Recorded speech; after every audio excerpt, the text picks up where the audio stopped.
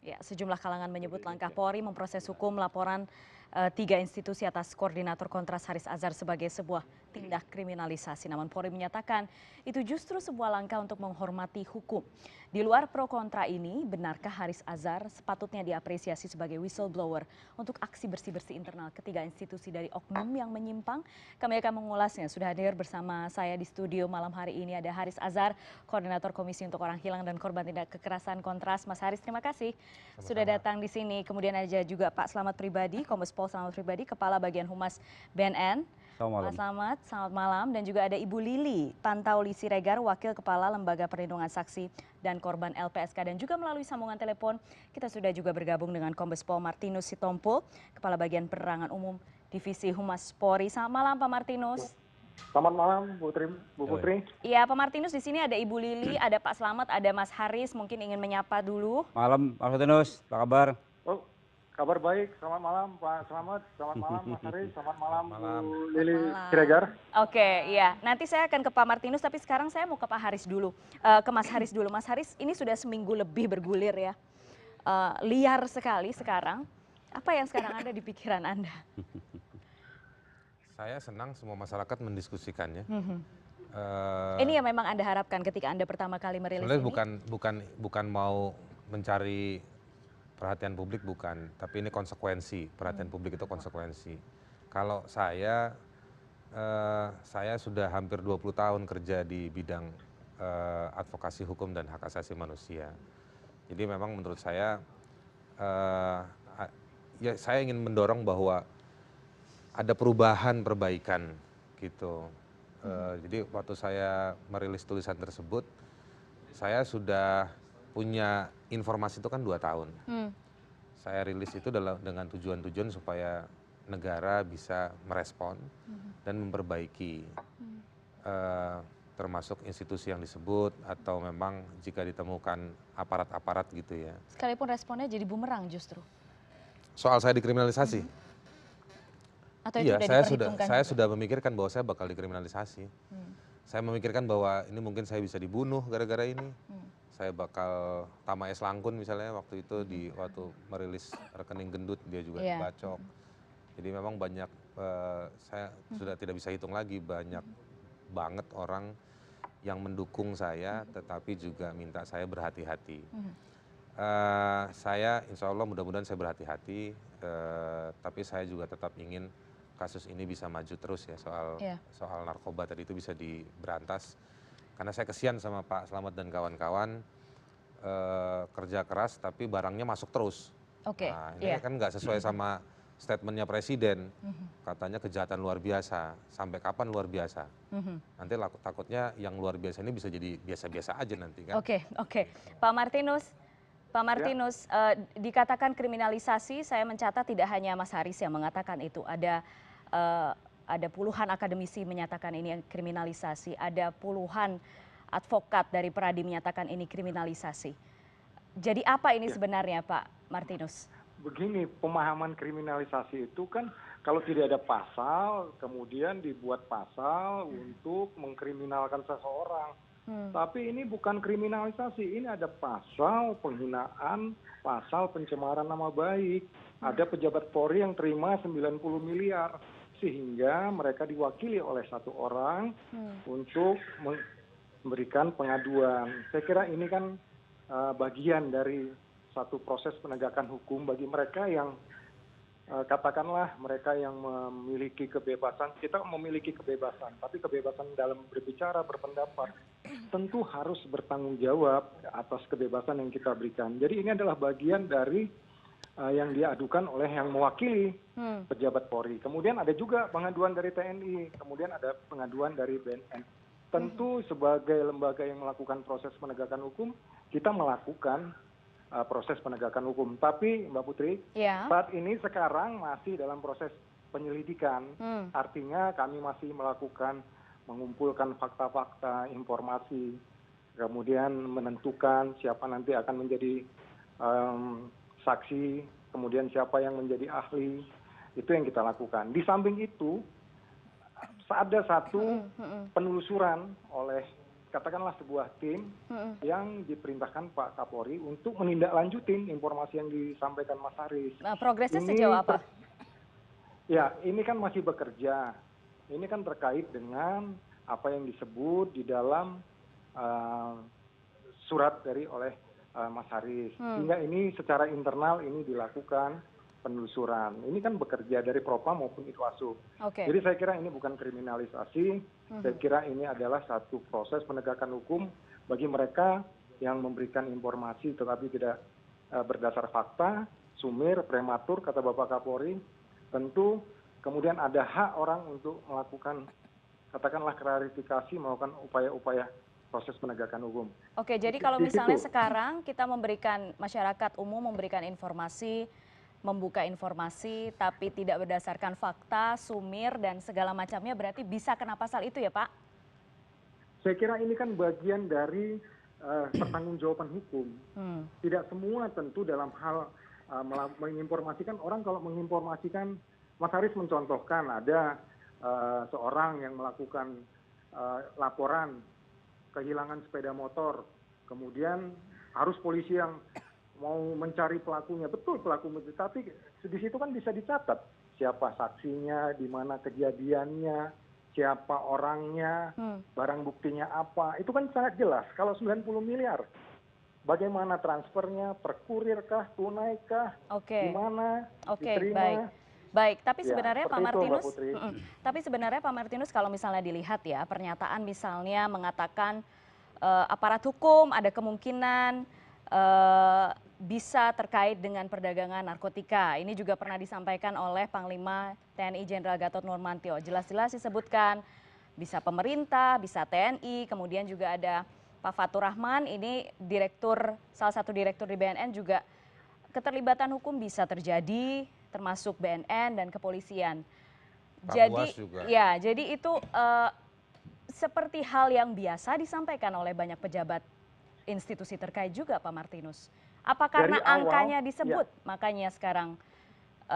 Mbak Putri, dari awal kami sudah menyampaikan ini, terima kasih Mas Haris sudah memberikan ini masukan bagi kami.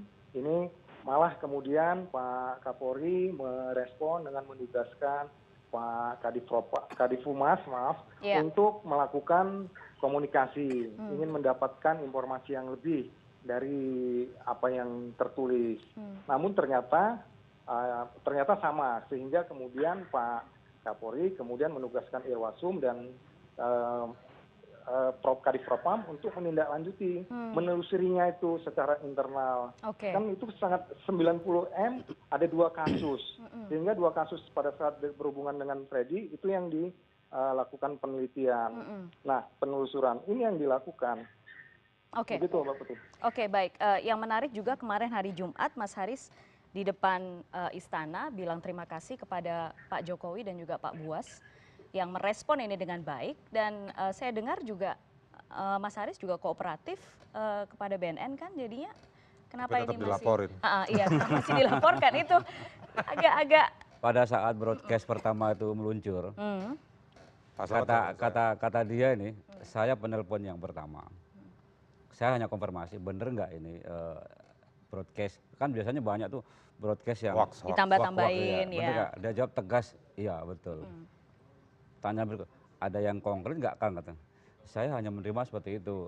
Tapi bagaimanapun juga informasi dari beliau ini adalah informasi yang harus kita olah. Kemudian BNN merespon dengan cepat, Pak Buas, kemudian ada tim-tim sudah ketemu dengan beliau juga. Saya sudah komunikasi langsung, tim dari BNN sudah ketemu dengan beliau. Pak Buas mengapresiasi apa yang beliau sampaikan. Terus kenapa dilaporin Pak? Ya, perbuatan hilaf.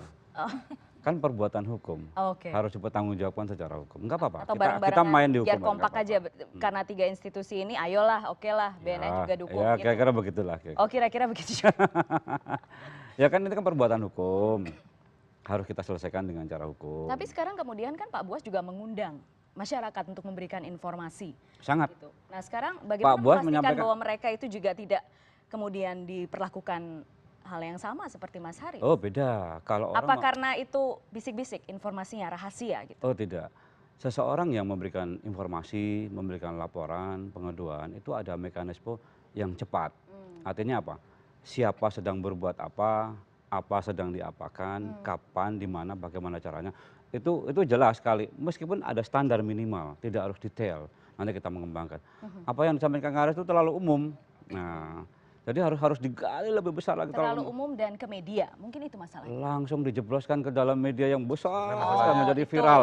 Masalahnya ini rame di publik. Rame di Oke, Saya menduga bahwa institusi-institusi ini keberatan nih hal ini didiskusikan di masyarakat. Tapi menurut saya kalau orang nanya, hal yang sudah biasa, itu sudah justru kayak rahasia umum. betul, gitu justru loh. tulisan saya bukan butuh verifikasi, justru tulisan saya memverifikasi apa yang dipikirkan publik. Kalau misalnya hal-hal itu selama ini bisa lolos gitu, misalnya sekarang narkoba masih masuk lancar, luar biasa jalurnya gitu kan. Sering saya sampaikan bahwa indikator maraknya atau sepinya peredaran gelap narkotika dan penyalahgunaan ada 3.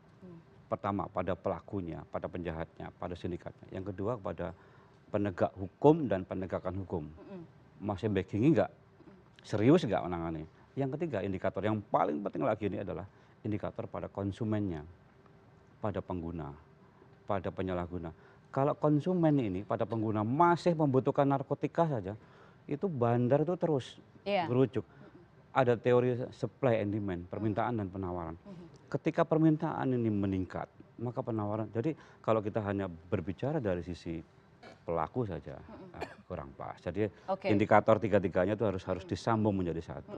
Bu Lili, kalau misalnya melihat kasus Mas Haris ini, bagaimana? Posisinya mestinya seperti apa? Ya, kalau dari sisi LPSK, justru orang-orang yang seperti Mas Haris ini harus segera dilindungi.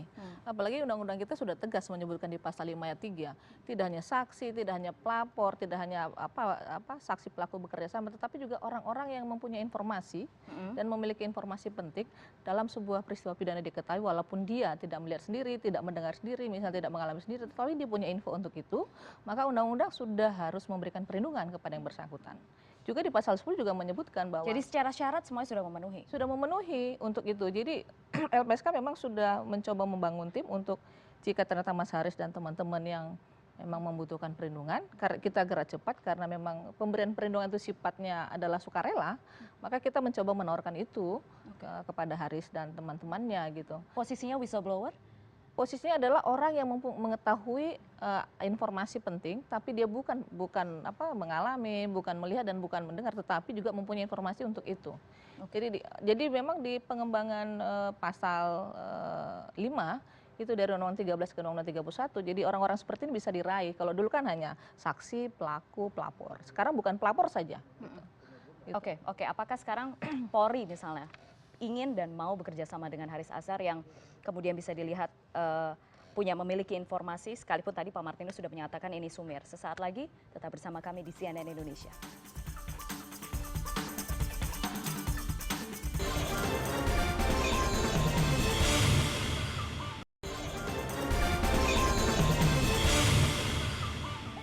Saya sebenarnya berterima kasih kepada Saudara Haris kalau itu benar. Ya, karena kita berkomitmen, kita harus bersihkan, ya, bersihkan oknum-oknum dari siapapun, ya, yang ada di BNN ini harus bersih.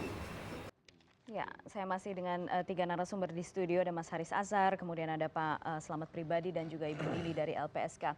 Mas Haris, Anda mengatakan ada pernyataan di salah satu media online 2 hari lalu ketika Jumat di Istana, Anda mengatakan saya masih punya data lengkap yang Anda simpan dan mau dibuka jika Presiden memberikan dukungan. Sudah ada sinyal dukungan belum? Karena kan sebelum Anda membuka ini kan udah kontak dengan Johan Budi waktu itu. Terus sekarang setelah Johan Budi dirilis nggak nelfon saya lagi. Nggak ada kabar lagi. Jadi gini, informasi yang saya buka ke publik Kamis malam minggu lalu itu kita kembangkan, saya kembangkan, tidak hanya saya dan ada banyak teman-teman yang sedang mengembangkan itu. Kita juga verifikasi ke banyak fakta-fakta kerja dari Mabes, dari BNN, dari pihak TNI juga kan ada kasusnya si Serma S itu ya. Iya. Jadi setelah kita baca lagi, ternyata kita menemukan lebih banyak lagi hal yang dari apa yang saya sampaikan. Gitu. Jadi kalau ada orang yang terutama dari misalnya Pak Buas atau siapapun gitu dari pihak negara yang minta soal data-data itu dilengkapi, itu nggak ada masalah. Akan ada berikan. Bisa diberikan, tapi sekali lagi ini bukan bukti, ini informasi. Iya. Ini partisipasi saya sebagai rakyat, sebagai warga gitu kan. Saya dijamin kerja saya oleh konstitusi dan undang-undang. Kalau kita mau bicara hukum gitu. Nah, kerja saya ini dan kerja teman-teman di Kontras itu kita selalu ngecek aturannya. Kalau misalnya tidak ada aturannya konsekuensinya apa. Itu semua kita selalu perhitungkan 24 jam. Nah, jadi kalau misalnya saya mau memberikan, saya mau tanya respon negara seperti apa. Saya hormat setinggi-tingginya buat BNN, TNI, Polri, Kumham yang saya dengar juga sudah bikin tim di dalam mereka masing-masing. Tapi ini masalahnya adalah masalah gurita mafia.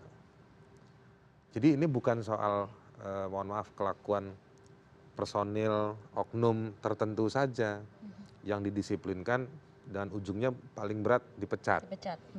Ini bukan masalah itu, ini masalah yang istilahnya kompartemen, saling punya bagian masing-masing dan saling nyambung-menyambung dan kontributif satu dengan yang lainnya, hingga akhirnya kejahatan narkoba ini terjadi. Gitu. Saya sih mau bilang, ini mengerikan, gitu, ya. Oke, Anda mengatakan mengerikan dari hasil pengembangan yang Anda lakukan atau bagaimana? Dari hasil yang pengembangan yang saya lakukan, juga dampak buruknya.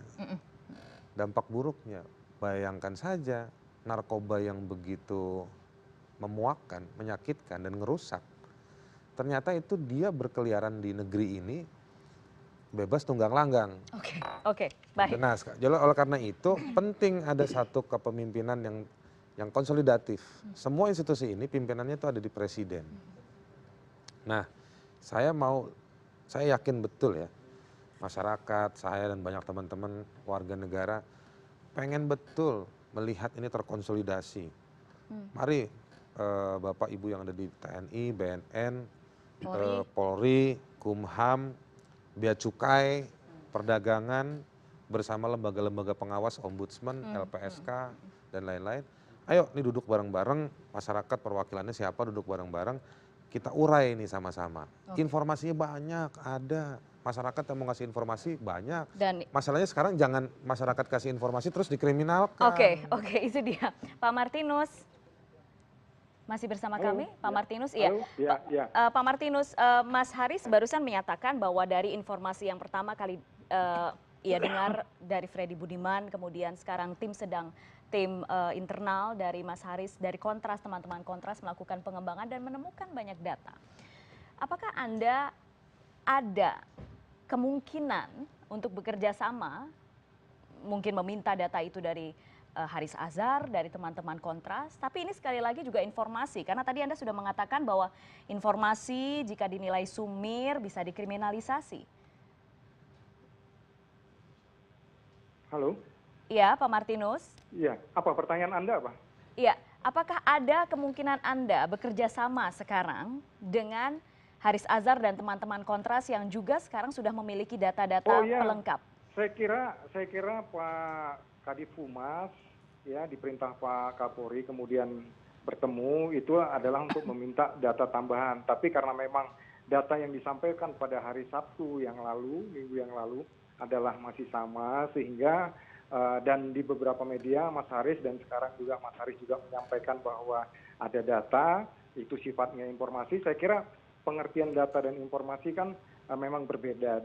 Informasi itu adalah satu data, tetapi informasi itu yang diolah itu adalah menjadi data.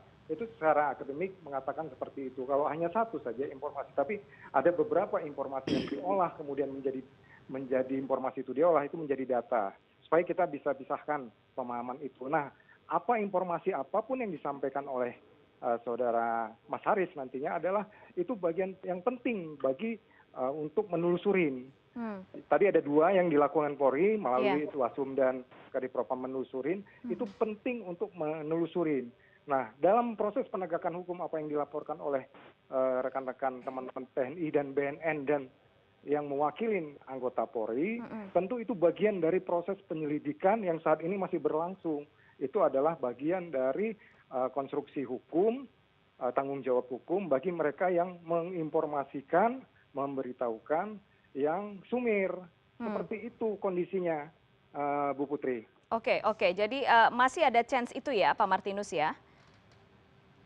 Oh ya, saya kira itu kan bagi kita penting. Nanti apabila pemeriksaan secara pro justisia dalam proses penyelidikan maupun penyidikan nanti, itu adalah dalam rangka untuk mendapatkan data yang lebih akurat. Nanti kita akan panggil misalnya mantan kepala LP Pak Sitinjak. Kemudian kita akan meminta keterangan dari yang mereka pengacaranya. Secara pro justisia kan kita akan lakukan itu. Itu bagian dari proses penegakan hukum terkait dengan laporan dari 3 ini. Ya. Oke, Pak Martinus, tapi kan sekarang BNN juga melakukan penyelidikan internal, kemudian Polri, kemudian TNI juga. Bagaimana memastikan ini semua nanti terangkum dan tidak diredam di institusi masing-masing saja? Ya, saya kira nanti kan teman-teman media akan bertanya bagaimana perkembangan hasil secara rutin itu bertanya seperti tadi Mbak Putri bertanya, ya saya jawab masih bekerja. Kan tentu ini ada progresnya, ada perkembangannya, nanti akan bisa disampaikan. Saya kira tapi kapan waktunya tentu belum bisa kami sampaikan saat ini ya. Oke, saya ke Pak Slamet dulu. Pak Slamet, kalau misalnya yang investigasi internal dari BNN itu sudah sejauh mana? Sudah 2 mingguan ya? Tim sudah ketemu Kang Aris. Saya secara pribadi juga sudah komunikasi. Kemudian karena ini ada proses administrasi, maka untuk mengundang Pak Sitinjak itu ada prosedur sampai ke atas. Iya. Dan sepertinya besok Senin jadwalnya Pak Sitinjak. Pak Sitinjak ya. ya. Tinggal beliau ini yang katanya sudah janjian nggak tahu kapan. Kalau dengan Kang Aris nggak ada masalah karena setiap saat bisa komunikasi dan proses awal sudah dilakukan. Kita tunggu mungkin sebentar lagi. Ya agak bersabar sedikit. Oke, kalau nanti akan kita sampaikan ke publik. Kalau misalnya semuanya Mas Haris sudah kooperatif, Pak Sitinjak sudah datang, pokoknya semua yang tersebut di nama itu sudah datang kecuali Freddy Budiman tentu saja. Mungkin nggak laporannya dicabut? Maksudnya? Yang ke Polri. Di dalam kasus pidana itu tidak ada kata perdamaian. Karena pasal itu ya? Karena pasal itu yang pasalnya tidak ada kata perdamaian. Tapi memang bisa juga misalnya terjadi ada kemauan politik atau kebijakan strategis dari negara, bisa juga terjadi. Tapi dalam ada kasus proses. Narkoba, Pak Slamet minta maaf ya. Dalam banyak kasus penangkapan narkoba, banyak yang 86 juga. Oke. Yang di mana tuh Bang? Ada datanya di kantor saya. Di BNN? Enggak, jadi ada beberapa kasus masuk di kontras. Kalau di BNN kita buka posko nih. Kalau di BNN mah enggak di boleh. proses pidana. Oh, proses pidana. Proses pidana ya. Ketangkep makai narkoba gitu, tapi dipaksa untuk membayar. Oke. Gitu. Lalu akhirnya tadinya ketangkep tangan, akhirnya nggak jadi. Itu adalah hal yang juga sudah sering kita dengar tentu saja. Apalagi Bu Lili di LPSK pasti sudah dengar laporan-laporan seperti itu. Itu indikator kedua. Di dalam penegak hukum dan penegak hukum itu salah satu menjadi faktor maraknya peredaran gelap dan penyalahgunaan. Mungkin saja terjadi. Bu Lili, kalau misalnya mendengar sekarang tadi Mas Haris bilang sudah punya data, respon dari Pak Martinus seperti itu, apa kira-kira apa saran LPSK untuk Mas Haris sekarang? Kalau LPSK pasti bertindak untuk memberikan pertama itu pasti perlindungan hukum. Selain fisik mungkin ya, karena tadi mungkin soal pengalaman Mas Haris dulu mungkin ada ancaman-ancaman. Sekalipun memang Mas Haris juga mengaku saya udah siap kok gitu kan, tapi tetap harus ada kan berarti. Kita kalau untuk unsur tersebut memang kita lebih prioritas untuk memberikan perlindungan hukum. Nah kalau tadi apa dikatakan Mas Haris, sebetulnya banyak pemohon-pemohon LPSK yang berhubungan dengan perkara tersebut menyatakan hal yang sama. Bahwa dia juga menceritakan atasannya, ternyata kemudian dia bukan dikriminalisasi, malah dipecat sekaligus gitu kan.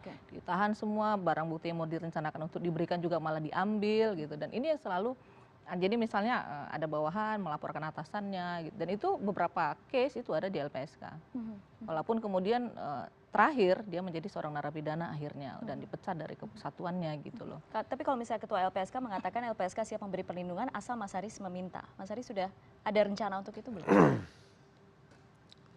Ini juga kadang-kadang soal prosedur-prosedur begini terlalu teknis ya.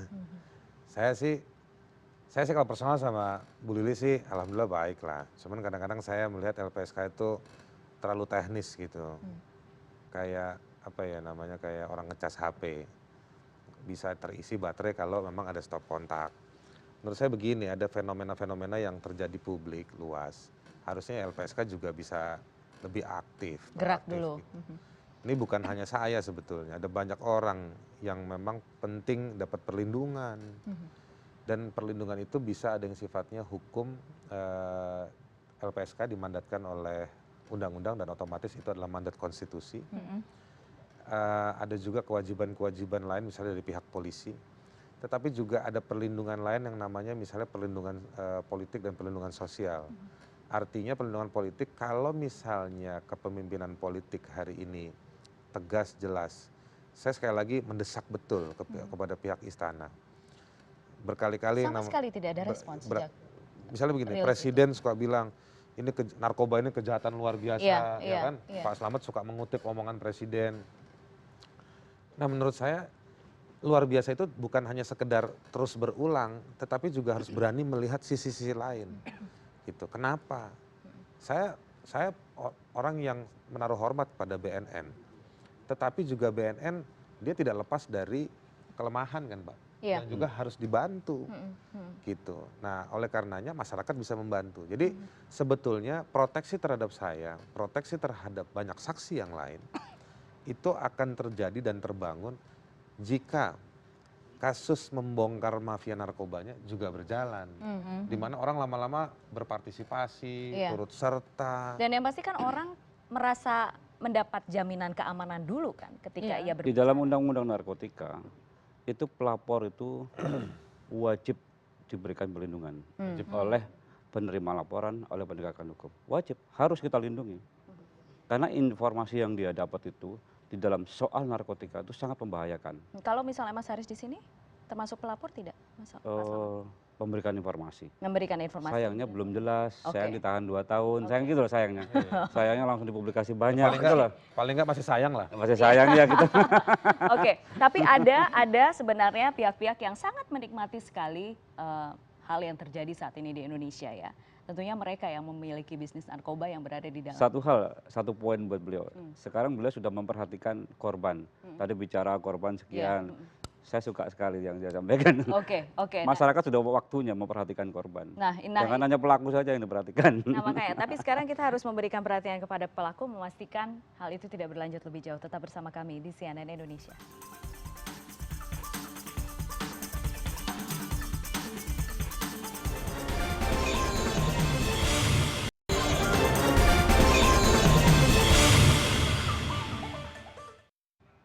Kembali bersama kami di CNN Indonesia Prime News akhir pekan, masih bersama 3 narasumber saya, ada Haris Azhar, kemudian ada Pak Slamet Pribadi dari BNN, dan juga ada Ibu Lili Siregar dari LPSK, ada Pak Kombes Martinus Sitompul dari sambungan telepon dari Kabak Penerangan Umum Divisi Humas Polri. Bu Lili, kalau misalnya sekarang khusus untuk kasus ini, bisa tidak nanti LPSK memberikan pendampingan untuk memastikan bahwa ini bukan kriminalisasi?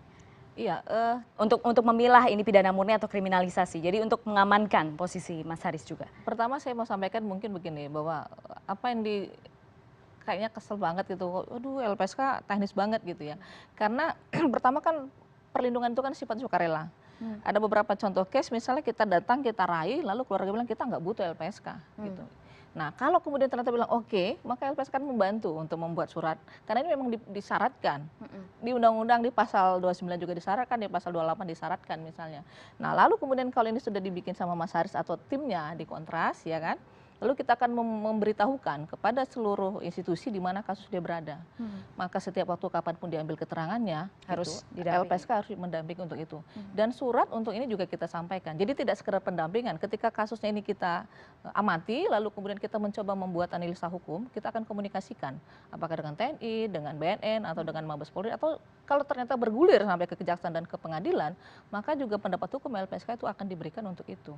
Jadi tidak sekedar hanya mendampingi lalu pulang, tidak seperti itu. Jadi bukan seperti pemadam kebakaran. Hanya memang ketika ada surat permohonan, tapi itu sembari berjalan. Jadi tidak serta-merta surat dulu baru kita ujuk-ujuk, enggak. Ini kan soal meraih ya, karena memang sudah dikembangkan juga bahwa LPSK bisa memberikan perlindungan seketika sebelum permohonan itu diajukan, tetapi juga harus syarat untuk kelengkapan administrasi dipenuhi. Tapi pembicaraan dengan antara LPSK dengan Mas Haris sudah ada belum sih? Informal sudah beberapa hari lalu Informal sudah. Cuman kemarin mungkin pertemuan resminya kepada salah satu pimpinan yang ditunjuk itu mungkin tertunda gitu. Jadi saya pikir mungkin dalam minggu ini akan kita follow up, karena hari ini sebenarnya teman-teman juga memastikan melihat siaran ini apa sih update terakhir.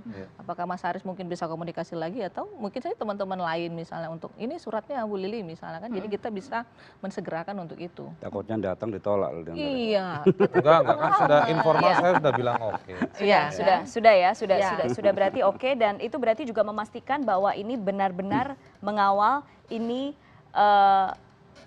pidana ataukah kriminalisasi. Itu juga yang akan dilihat oleh LPSK. Iya, karena kan begini, kalau kemudian ini diteruskan ke ranah hukum, ini akan mempunyai dampak buruk kepada masyarakat lain. Wah, seorang Azhar Azhar yang dianggap sebagai tokoh gitu oleh masyarakat, apalagi kita yang tidak punya apa-apa gitu. Padahal mereka juga secara bisik-bisik tadi juga bikin surat ke LPSK misalnya tentang apa yang dialami oleh keluarganya, oleh yang bersangkutan terkait dalam beberapa case yang berhubungan dengan narkotika itu. Jadi kita ingin memastikan bahwa paling tidak apa yang diharapkan pemerintah, adanya lembaga perlindungan saksi untuk melindungi, memberikan keamanan, itu juga menjamin masyarakat untuk mau memberikan keterangan, karena ada lembaga ini harusnya ada untuk itu. Nah itu dia, karena memang tidak mungkin bisa bergerak aparat juga kalau misalnya tidak ada informasi masyarakat kan Pak Slamet? Iya, pasti. Sekarang kalau misalnya BNN meminta informasi, itu benar ya sudah dijamin tidak akan dilaporkan? Di dalam undang-undang narkotika, pelapor itu harus dilindungi secara hukum. Nah itu maksudnya yang kategori pelapor yang dilindungi secara hukum yang bagaimana Pak Slamet? Pelapor yang informasinya konkret. Informasi yang konkret itu jadi apa saja? Misalnya saya mau melapor nih, apa saja yang harus saya bawa dan yang dinilai konkret oleh BNN? Siapa, kapan, di mana, mengapa, bagaimana caranya. Itu ada unsurnya di situ. Kapan itu harus jelas. Kalau misalnya ada pencurian dilakukan oleh masyarakat Jawa Timur misalnya, contoh aja, misalnya. Bingung kan gini, kita bingung. Tapi kalau misalnya ada pencurian di daerah, saya nunjuk Jawa Timur itu contoh, karena rumah saya Jawa Timur. Misalnya ada pencurian di Gang A, pelakunya berbaju merah, itu agak jelas. Tapi ketika bahasanya bahasa terlalu umum, mungkin kita harus rekonfirmasi lagi. Gitu, kira-kira. Dan itu dilakukan secara tertutup itu tadi? Iya, tertutup. Sebaiknya secara tertutup? Karena memang laporan kasus narkotika itu membahayakan bagi pelapor. Membahayakan bagi pelapor. Ya. Nah, tapi masih ada hal yang masih mengganjal sebenarnya. Tapi kenapa laporannya pencemaran nama baik sih Pak Slamet? Ya beda. Iya makanya disimpan saya bedanya 2 tahun. Kemudian siapa itu umum. Kapan di mana belum ada. Bagaimana caranya belum ada di situ. Kemudian belum disalurkan secara resmi kepada kami misalnya sebagai pihak penerima laporan, langsung di-blast menjadi viral. Ya tentu beda unsurnya. Kenapa? Lebih kentara, lebih kerasa malunya gitu. Nanti kita lihatlah bagaimana unsur pidananya. Kita disimpan selama 2 tahun misalnya, kemudian langsung diviral. Kalau misalnya Kang Aris kenal dengan kami di BNN, terus kemudian teman-teman di kepolisian, teman-teman di langsung ini ada informasi seperti ini deh. Tolong sampaikan kalau ke saya misal ke saya. Jaminan kalau misalnya saya memberikan informasi dan ditindaklanjuti itu berapa persen sih Pak Slamet? Ya kalau yang memberikan Pak Aris kan bukan omong kosong kalau misalnya. Kalau saya gitu, saya kan orang biasa. Kalau misalnya begini, diberikan kepada kami 2 bulan sebelum eksekusi. Freddy itu akan periksa habis. Akan kita periksa habis. Saat itu ya, seandainya. Nah ini sekian jam, detik terakhir. Tapi kalau sekarang, ya hanya beliau aja yang diublek-ublek. Freddy ini udah nggak bisa. Itu kira-kira begitu. Itu sudah diperhitungkan juga Mas Haris? Saya kalau mendiamkan informasi selama 2 tahun enggak. Jadi saya begini, ada beberapa hal. Saya sudah sering sampaikan, tapi saya sampaikan lagi malam ini. Satu, saya ikuti apa yang dibilang Freddy. Coba cek di kuasa hukum saya atau di pledoi. Belakangan pledoinya ditemukan. Ditemukan lewat ya, ingat ya, satumedia.com. Sampai hari ini pledoi tersebut tidak tersedia untuk publik. Nah, media.com tersebut mendapatkannya dengan cara bukan lewat satu fasilitas publik. Oke ya, clear ya. Tapi menurut media itu ditulis tidak ada nama-nama yang disebut. Tapi saya mau bilang begini, 1,5 tahun yang lalu saya coba cari itu pledoi, tidak diberikan. Kita cari putusan kasus Freddy di pengadilan, di website pengadilan, tidak tersedia. Pertanyaan saya mau berhenti di situ. Ada apa ini dengan pengadilan? Kok berkas tersebut yang harusnya milik publik tidak tersedia? Ya. Karena biasanya yang lain-lain juga bisa dilihat. Saya berasumsi nakal lah, misalnya begini. Kalau waktu itu saya dapat pledoinya, saya dapat putusannya, mungkin saya akan bilang, wah memang nih informasinya nggak kredibel. Karena verifikasi saya membuktikan itu. Tetapi kan tidak tersedia. Oke. Lalu saya coba cari tahu kuasa hukumnya. Ternyata kuasa hukumnya sampai hari ini tidak ada yang bisa menemukan. Saya belum ketemu. Kemarin di salah satu TV swasta lainnya ada kuasa hukumnya. Ternyata kuasa hukum hanya untuk penyidikan. Proses penuntutan, pemeriksaan di kejaksaan, ataupun di pengadilan, lawyernya lain lagi. Sampai hari ini tidak muncul. Saya telepon kantornya 3 kali dalam 3 hari yang berbeda. Tidak ada yang menjawab. Gitu. Sudah pernah Anda datangi? Teman-teman media belakangan cerita sama saya, ada yang sudah coba cari, tidak ketemu. Ada apa dengan ini kasus Freddy? Nah, jadi saya juga profiling dalam 2 tahun itu. Siapa ini Freddy? Oh, begini. Muncul kasus Serma S. Makin kelihatan lagi barang yang 1,4 juta pil. Ya kan? Ekstasi. Ya. Ini dahsyat kasus ini, gitu. Masuk di tengah-tengah itu ketemu Freddy, saya adalah masa-masa kampanye politik. Saya selalu bilang begini analoginya, rezim SBY sedang beres-beres meja. Anda mau bawa kasus ini ke rezim itu? Nggak mungkin. Saya tunggu rezim yang baru, namanya rezim Joko Widodo dan Yusuf Kala. Saya lihat gimana kemampuan politik hukumnya.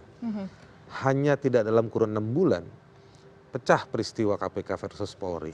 Saya lihat, wah resolusi konfliknya luar biasa tidak terkontrol. Saya bilang, oh begini kapasitasnya. Anda mundur lagi? Saya hold dulu. Tahan lagi. Saya hold dulu, saya sama teman-teman Kontras coba baca putusan-putusan yang terkait dengan narkoba. Banyak bolongnya. Banyak yang tidak terkoneksi, banyak yang tidak nyambung. Betul tuh yang Freddy bilang. Menyebut bea cukai. Betul, tidak ada follow up soal bea cukai. Ya kan? Kasus Serma S. Betul ya? Gitu. BNN berhenti pada Serma S saja. Serma S bekerja, institusinya apa?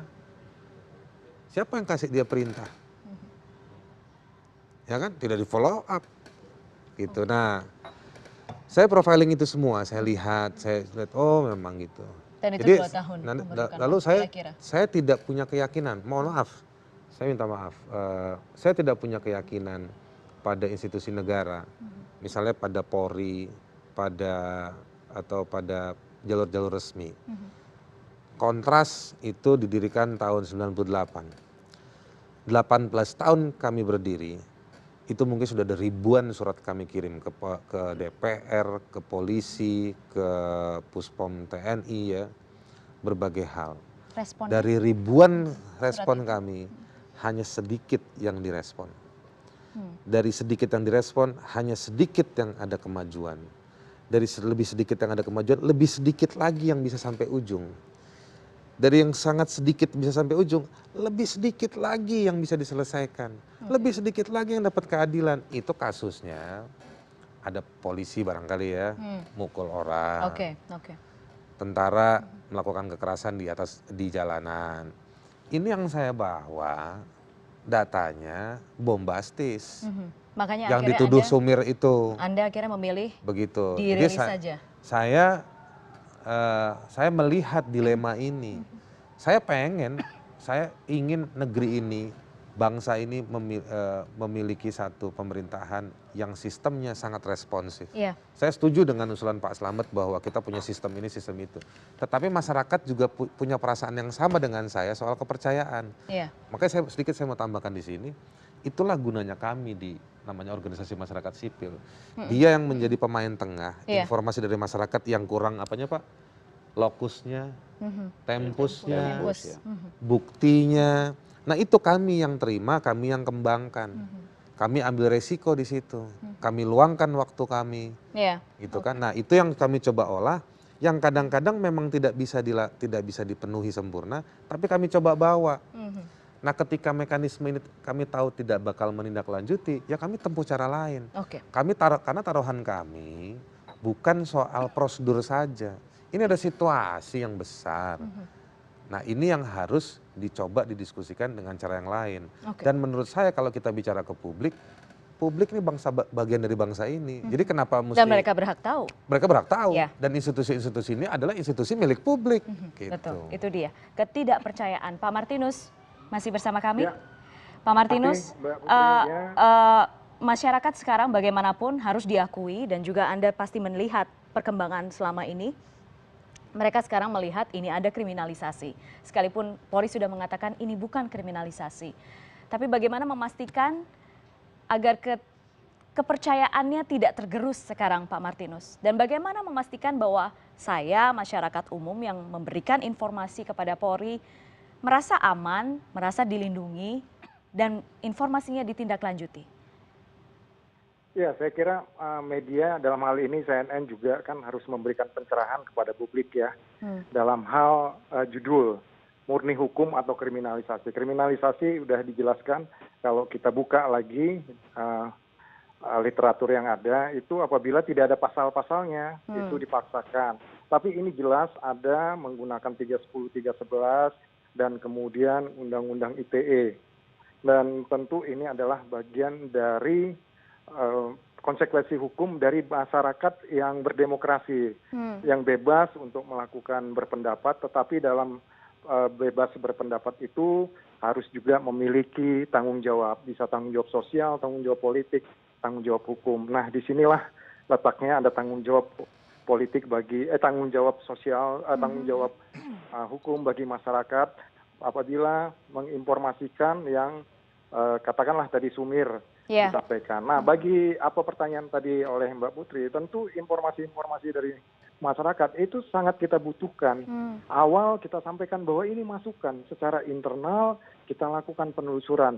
Dan itu adalah bagian dari penyampaian-penyampaian untuk masukan bagi instansi-instansi yang ada. Bagi kita setiap informasi, bahkan surat kaleng pun itu kita tindak lanjutin apabila ada masuk ke Divisi Propam atau Irwasum atau ke Kapolda atau ke bagian Humas sekalipun kami menerima pengaduan-pengaduan masyarakat yang kemudian kami teruskan.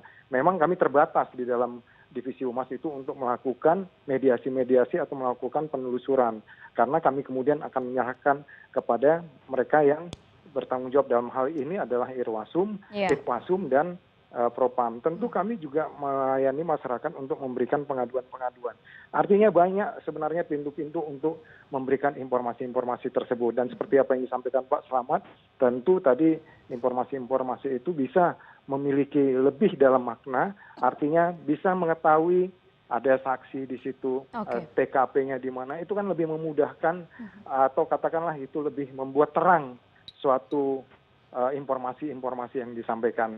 Pak Begitu, Martinus, Mbak Putri. Iya, Pak Martinus, sekalipun sekarang resikonya adalah ada ketidakpercayaan dari masyarakat terhadap institusi Polri. saya kira kita harus percaya kepada institusi-institusi negara yang ada, karena bagaimanapun institusi negara ini adalah dalam hal melakukan pengaturan-pengaturan supaya kita melakukan apa yang kita lakukan itu sesuai dengan norma-norma. Pengaturan-pengaturan itu penting bagi masyarakat, bagi publik, supaya ada tatanan di dalam kehidupan kita berbangsa dan bernegara. Kita negara demokrasi di mana hukum di atas segala-galanya dan itu menjadi acuan.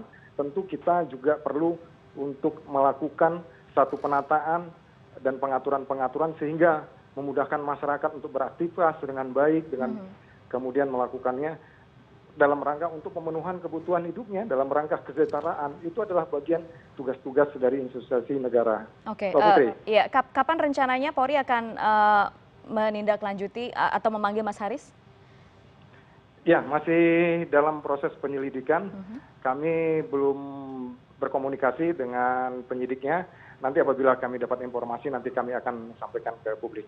Baik, terima kasih sudah bergabung bersama kami, Pak Martinus Sitompul dari melalui sambungan telepon. Selamat malam. Saya ke Bu Lili, terakhir Bu Lili, memastikan mengawal kasus ini seterusnya apa yang akan dilakukan LPSK? Pertama, kami ingin Haris gitu mungkin berkenan untuk kita beri perlindungan gitu ya. Lalu kemudian memenuhi syarat yang disyaratkan oleh undang-undang, bukan LPSK mensyaratkan, tapi undang-undang mensyaratkan yang mungkin surat sepotong. Dan kemudian kami akan memastikan bahwa setiap pemeriksaan, setiap pemanggilan misalnya oleh Haris itu akan diberi pendampingan oleh LPSK. Karena memang kalau melihat kasus yang ada, kami memang menjaga ini agar masyarakat juga tidak menjadi khawatir, tidak malah menjadi mundur. Lalu kemudian undang-undang memandatkan juga bahwa orang-orang yang tidak sekedar pelapor, tapi juga yang memiliki informasi dengan itikat baik, ya itu akan diberikan perlindungan hukum. Nah, jadi kami akan melaksanakan langkah-langkah itu berikutnya, dan kalau kasus ini kemudian akan berjalan sampai ke pengadilan, kalau ternyata memang tidak bisa di SP3 Pak, atau di apa, LPSK akan terus mengawal kasus ini. Jadi langkahnya itu ke arah sana. Oke. Gitu. Baik, kita lihat terus perkembangannya seperti apa. Terima kasih Bu Lili sudah di sini, Pak Slamet. Terima kasih Mas Haris. Sama-sama. Terima kasih, selamat berjuang Mas Haris dan juga teman-teman di Kontras. Sama-sama berjuang lah. Sama-sama berjuang ya Pak. Selamat juga buat untuk Pak Buas, Pak. Salam.